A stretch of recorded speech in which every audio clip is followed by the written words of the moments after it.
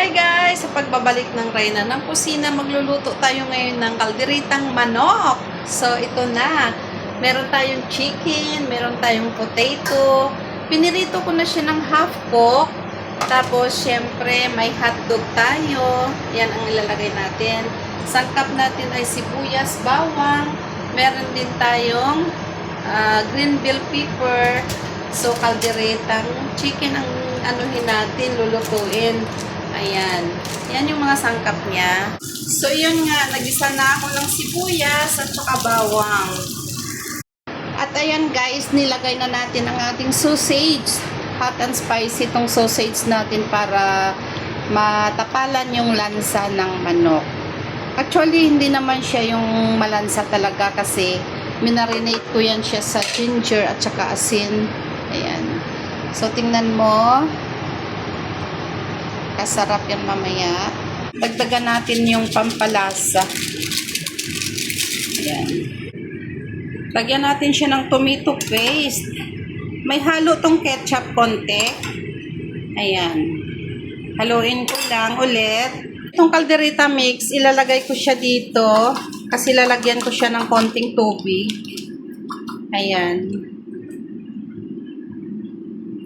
Ayan. Tapos, maya-maya pag okay na yung hotdog, pwede na natin ilagay ang ating kaldereta mix.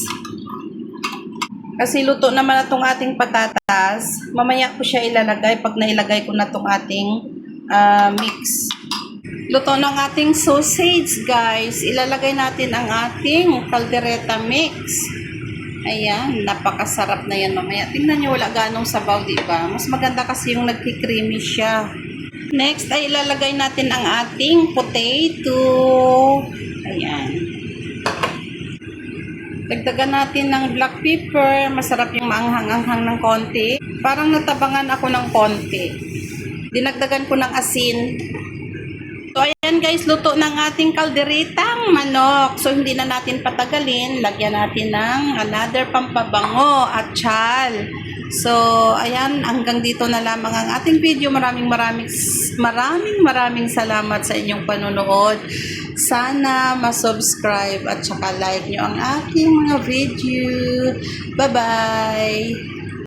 Hi guys, for today's video, kalderitang manok tayo. Ayan siya. Naku na lang. Kakasarap. Kain tayo ba?